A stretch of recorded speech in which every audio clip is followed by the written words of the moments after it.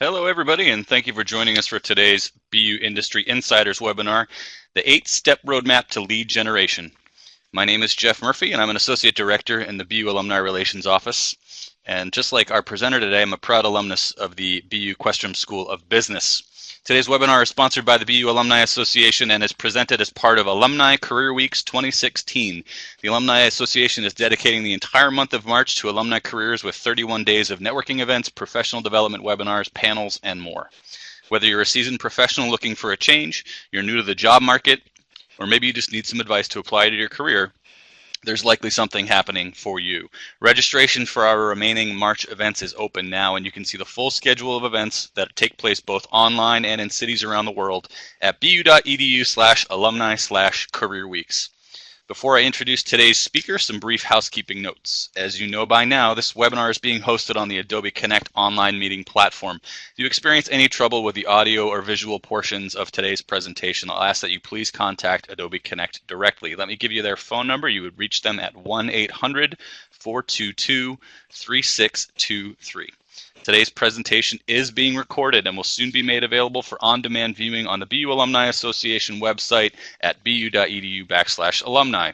Our speaker is very eager to answer any questions you have, and you're welcome to submit them throughout the presentation using the Q&A chat box you see located below the slides. We've got a sort of a shorter presentation today due to some scheduling stuff, and so we should have plenty of time to get to everybody's questions, and I welcome you to submit them using the Q&A chat box. Now it's my pleasure to introduce today's speaker. Presenting from New York City is Questrom School of Business alumna Dina Shapiro. Dina is the founder and CEO of Yorkville Consulting, a firm that provides best-in-class marketing training to help clients grow brands, build high-performing marketing teams, and engage employees. Recognized by the marketing industry as a subject matter expert and passionate instructor, Dina teaches a full range of marketing capabilities including lead generation, brand strategy, social media, integrated marketing, optimizing client agency relationships, and more. She partners with leading organizations to provide training for any size audience ranging from global to local and in any format ranging from in-person interactive workshops to online self-paced videos. Her career has included working for Fortune 125 companies like Citi and Alcoa and top global agencies such as BBDO and JWT, where she developed award-winning brand marketing campaigns for iconic brands. Dina holds an MBA from Boston University and a BA from George Washington. Dina, thanks so much for offering this session for us today. I'm going to go ahead and get your slides up and running. It might take a second before you see them, but then the floor is all yours. Okay, well, thank you, Jeff. All right, guys, welcome to Lead Generation Fundamentals. And I just like to start with a quick poll question so I understand who's listening in today and can help tailor the conversation. And so you guys know who's listening in today. So the first question is, how many years of experience do you have working in lead generation? 0, 1 to 4, 5 to 10, or over 10 years? And while we're collecting those polls, I'll just get started. You all have or are looking for customers. And, customers today have options, lots of options. So how do you attract them amongst all the competition? And when you do, how can you make sure they'll become loyal customers? So in today's webinar, I'll start off by talking about how to set business goals and key performance indicators, how to attract qualified leads, transform them into customers, and then create loyal customers who will advocate for your brand and business. I'll also leave you with some templates and tools so you can get started on your lead gen program right away. So I see we've got a mix of experience, so that's great, and I will keep that in mind as we move through today's webinar. Okay, so let's dive in, and I'd like to ask a second question about how do you define lead generation? Selling a product or service that grows your business even if the customer doesn't need it, targeting only your friends and family, following up on any lead whoever will talk with you, all of the above or none of the above. So while that's tallying, you all probably have a pretty good idea about what lead generation is, but just to make sure we're all on the same page, lead generation, or what you'll probably hear me refer to as lead gen, it's a great way to attract people to your business. And it's all about getting a customer interested in your brand and product or service. Lead gen identifies and manages prospects through all stages of their decision journey, from unqualified leads to satisfied repeat customers to advocates. And the great thing about lead gen is that, if you do it right, people will feel like they're starting the conversation with you instead of you chasing after them. So what that means is you can focus efforts on qualified leads who are genuinely interested in your business. So let's take a look at those poll results. The correct answer is E, none of the above. And we'll discuss why in the remainder of today's webinar. Okay, so this is an overview about the 8-step roadmap that I recommend you follow to create a best practice lead plan. So the first step is to set objectives. The second step is to entice prospects, to really get people interested in your brand and product or service. The third step is to convert prospects to qualified leads. The fourth step is to transform those qualified leads to customers. Step 5 is to create a really positive purchase experience. Step 6 is post-purchase to exceed customer expectations. And this is a very commonly overlooked step, so I'll definitely spend some time on that one. Step 7 is to create loyal advocates, and step 8 is to measure in-market results and optimize continuously. So let's go in, we're going to talk about setting objectives first. So the best way really to get started with your lead gen program is to write business goals. And this is a really important first step. You need to know which business goals your lead gen program will help you attain. Otherwise, you have no way to track your success. I like to use SMART goals: specific, measurable, attainable, relevant, and time-bound. And you can search online for a lot more information about SMART goals. There are a lot of ways to quantify business goals. This will probably be the most difficult slide that we'll go through, so hang with me as we go through this. I'm going to show you one common way to approach it. Now, let's say you want to determine how many leads you need to meet a sales goal. Here's an example. I'll explain the first 2 rows, and then I'll bring it to life on the third and fourth rows. So let's say you're starting, you want to generate how many leads you need to meet a sales goal. So on the first row, you take your average sales price, you multiply it times the average close rate, and that'll give you your average lead value. Then on the second row, you take your sales goal, you divide it by the average lead value you just calculated, and that will give you your lead value. So let's say your goal is to create 50,000 more in sales this year. The average sales price is $2,000. So now I'm on the example, which is the third row. And let's say your average lead close rate, which means when you make a sale from a lead, is 10%. You multiply your average sales price, which in this example is $2,000, times your average close rate, which in this example is 10%, and that'll lead you to $200, which is your average lead value. Then you go to the fourth row, you take your sales goal, which is $50,000, divide it by the value of your average lead. So $50,000 divided by $200 means an additional 250 leads you need to generate this year. So that's one way to calculate business goals. So once you have those business goals, you can write your lead gen program KPIs, which are key performance indicators. The KPIs are different than business goals, and a lot of people don't realize that. There are a lot of programs across the company that a lot of people in a lot of different disciplines work toward those business goals. So you need KPIs that are specific for your lead gen program. So you'll understand what lead gen can deliver to help attain those business goals. So I'm just going to go back to the example from the last slide. Say you have a business goal to generate 250 more leads this year. Which KPIs will help you understand how your lead gen program will progress toward this business goal? We'll need KPIs by each specific touch point or channel you're in that relate to generating 250 more leads.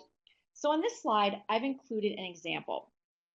This is one possible KPI to help generate those additional 250 more leads.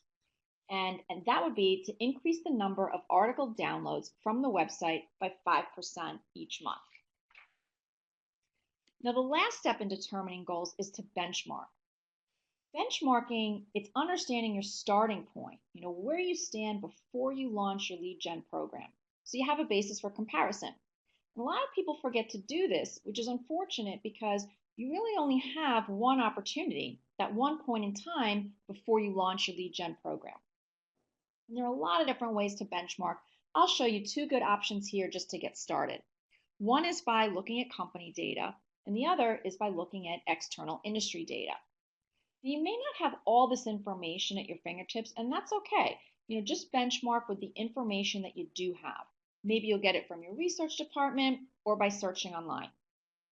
Ideally, you want to try to use both types of benchmarks so you'll understand how you're doing compared to your own previous performance and compared to competition.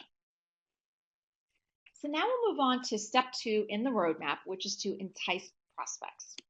The most successful companies know their customers, who they are and how they buy.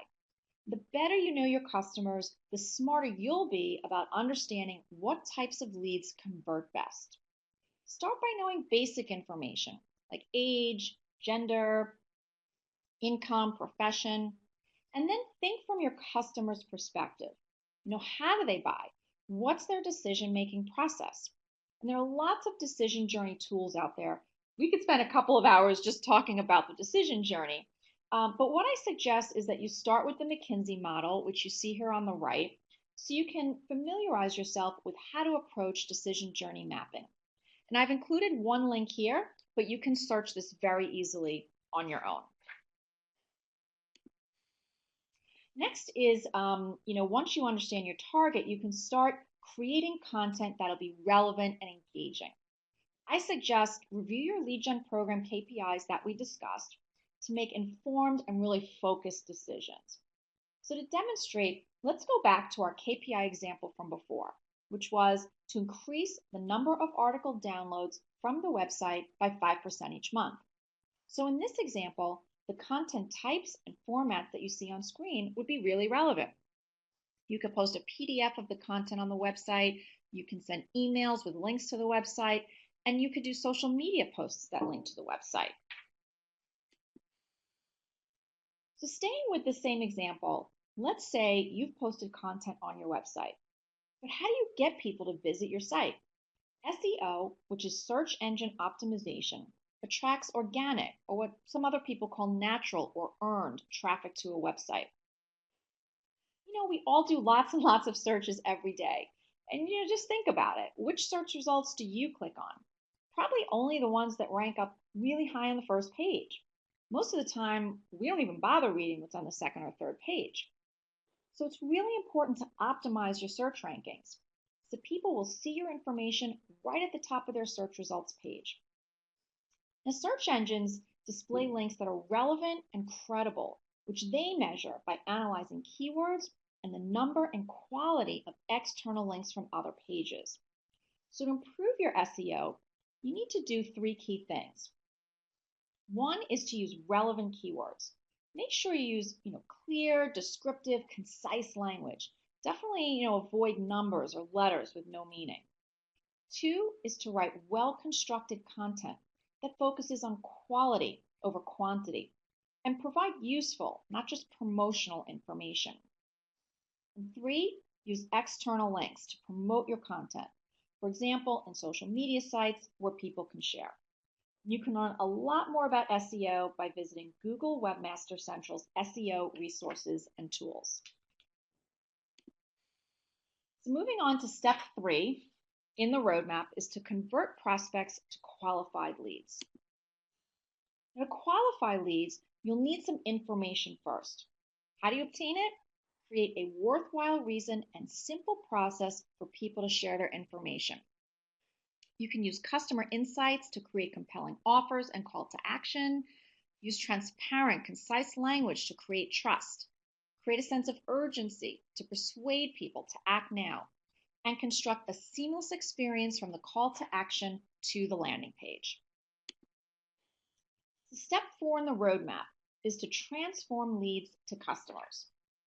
So now let's talk about how to identify when a lead is ready to make a purchase and when you should follow up. So just try to put on the customer's hat for a moment.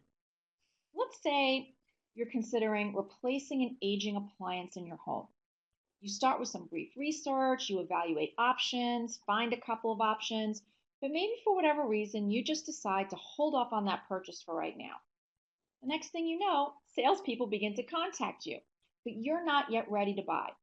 So in this example, a salesperson who contacts you would not be welcome. But let's say you are further along in the buying process. Let's say you've conducted all your research, evaluated options by reading product descriptions or pricing, reviews, or maybe even downloading sales brochures. Wouldn't you be more receptive to engage with a salesperson now? So, how does a business determine when a customer is ready for sales contact? By lead scoring. Okay, lead scoring is identifying when a lead is ready to buy and assigning a value to that lead based on their information and behavior. Now, there are tons of lead scoring models. Most companies start out with a simple spreadsheet that includes qualifying criteria and a points or ranking system. So I have an example up here on screen, which I'll go through briefly. So let's say you have qualifying criteria in one column, and in this example, I have company size, budget range, and maybe the number of forms that somebody's filled out on your website.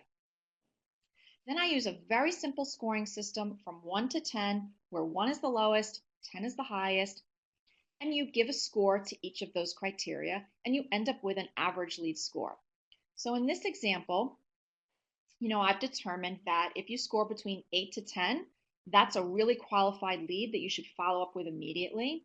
Or let's say you score between a 6 to a 7, that's a qualified lead who's not yet ready to buy, but you want to really nurture that relationship. And maybe you say if you don't score at least a 6, that's a lead that you would disqualify. So basically, lead scoring will help you follow up with your leads at the right time in the right way.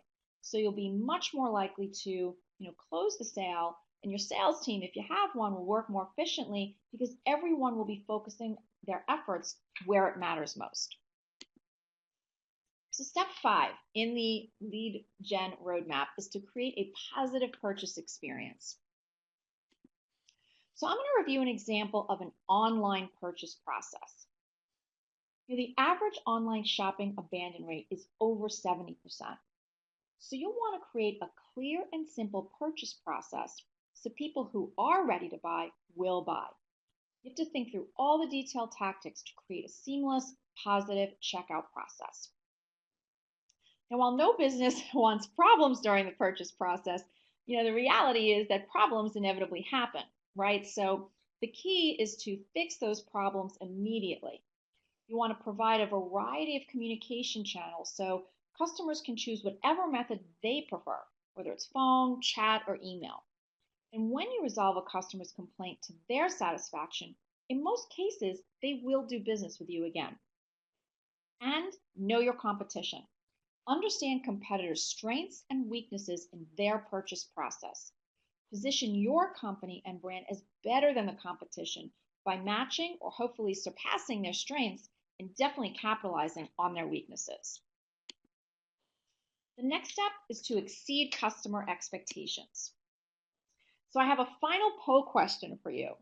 What does, Jeff, we'll just get that final poll question up. What does surprise and delight mean? Scare customers and tell them a joke? Give customers free promotional items, extras from your last conference or networking event? All of the above or none of the above?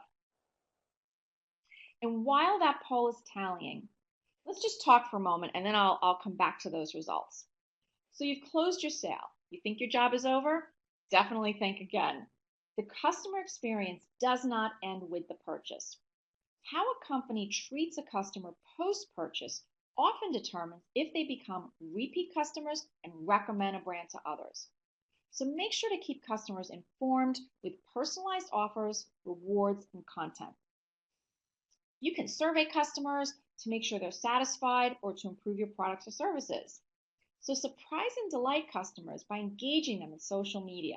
You can, answer questions, agree or disagree with comments, respond to complaints, ask for product ideas. But using these insights will help you improve your offerings and customer experience. And definitely let customers know which ideas you've implemented so they feel heard and respected. So now I'm going to go back to the poll question.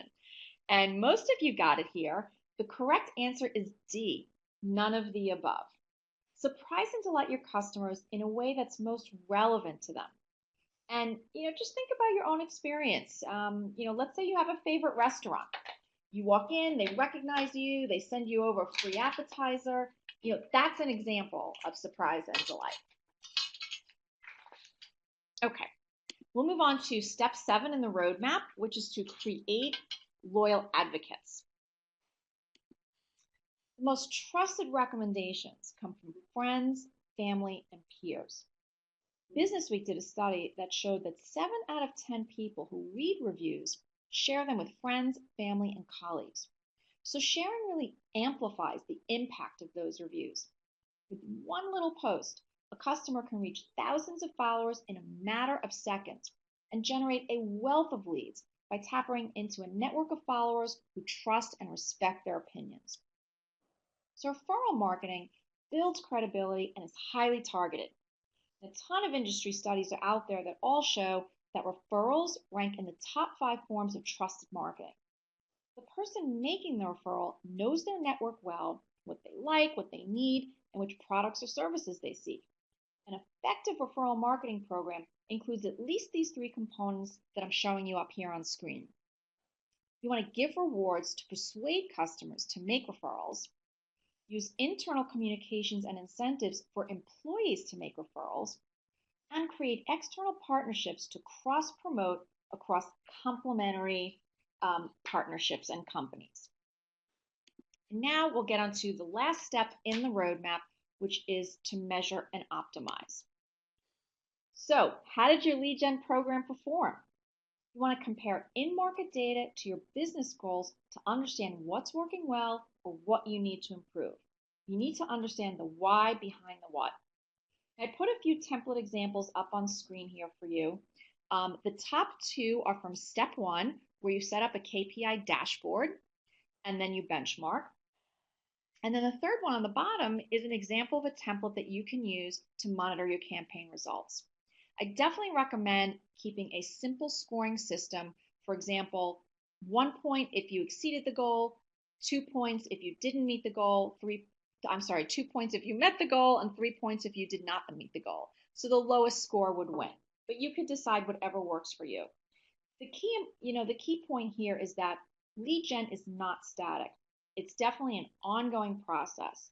So you need to continuously measure and optimize your program tactics against your goals, customers' changing needs, and competitive activity to win in market.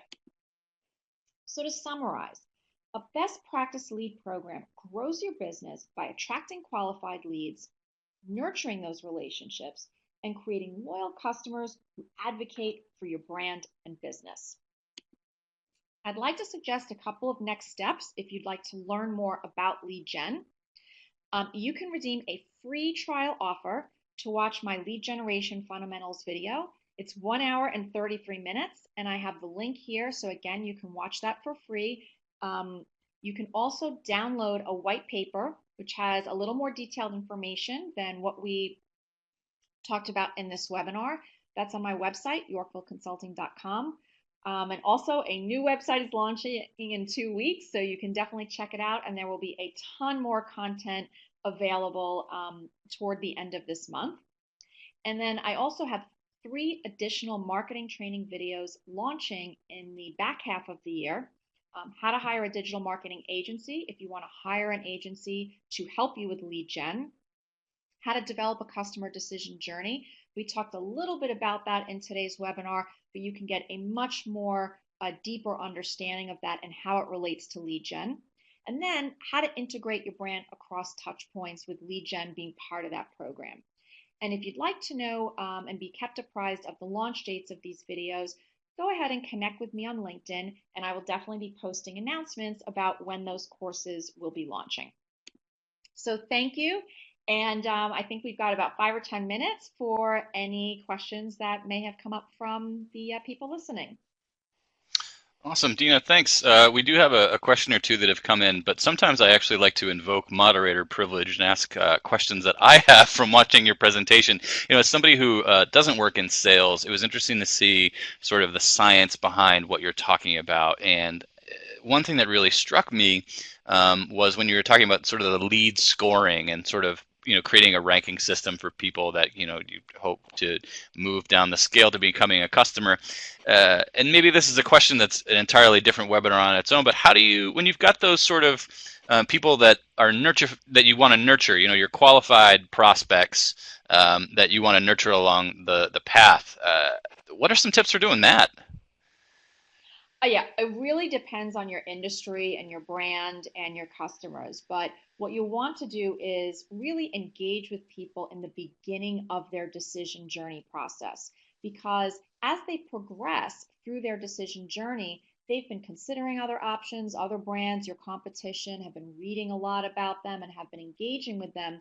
So if you enter late in the game, you probably will be at a disadvantage. So depending on your industry, and what your customers want, it could be, for example, thought leadership through content marketing. It could be invitations to networking events.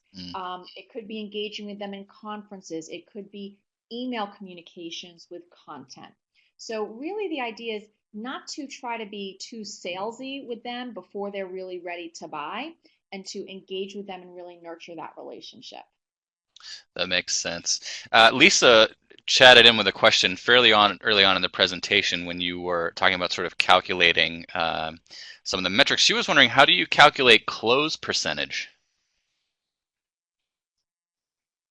A close percentage is basically, it's similar. It's when you take the total number of leads that you've approached during the course of the time frame, whether it's a month or a week or a year. And then of that total number, let's say there are 100 and you've closed 20, then you would do 20 divided by 100 and give you that percentage. Awesome, thanks. Last call, folks. If you've got questions for Dina, go ahead and chat them in now. Dina, while we're wrapping up, I just wanted to say thanks again for offering this for our alumni. I know it's been quite some time since you first contacted us with an interest in doing this, and so thanks for your patience while we found a spot for you in the schedule. This was really, really interesting, and I think, again, the roadmap, sort of breaking that whole process down into 8 steps, was really interesting for me to see. So on behalf of the Alumni Association, I really want to thank you. Oh, my pleasure. Thank you so much. Sure. So Maria just wrote in with one last question. How do you determine the benchmark if you're a startup and you don't really have any prior sales? In that case, that's a great question. In that case, I would suggest look at your competition and see where they are at the time of launching your lead gen program. And as part of measuring and optimizing, you'll want to see how the competitors are progressing against the similar KPIs. And then, of course, past the point of being a startup, you'll want to start inputting your data as quickly as possible, even if it's a small number, just so you can see how you're progressing, and you'll want to be able to see the alignment between your lead gen program and those results. Excellent. Well, Dina, thanks again. It was really great, and I'm glad we were able to get through some content fairly quickly so that folks can enjoy, hopefully, the rest of their lunch break. So thanks one more time. My pleasure. And my thanks also go out to all of our guests for participating today. We've actually got 4 more webinars coming up in March during the remaining days of that Alumni Career Week series that I mentioned. And you can view all the upcoming webinars and other opportunities on our website, again, just by going to bu.edu/alumni. And as always, if you or any BU alum you know would be interested in presenting a professional development webinar like this, or have a topic that you'd like to showcase for the Alumni Association, please feel free to contact me at the Alumni Relations Office or by email at jtmurphy@bu.edu. Thank you, everybody, for your time. Have a great day or a great evening, wherever you might be.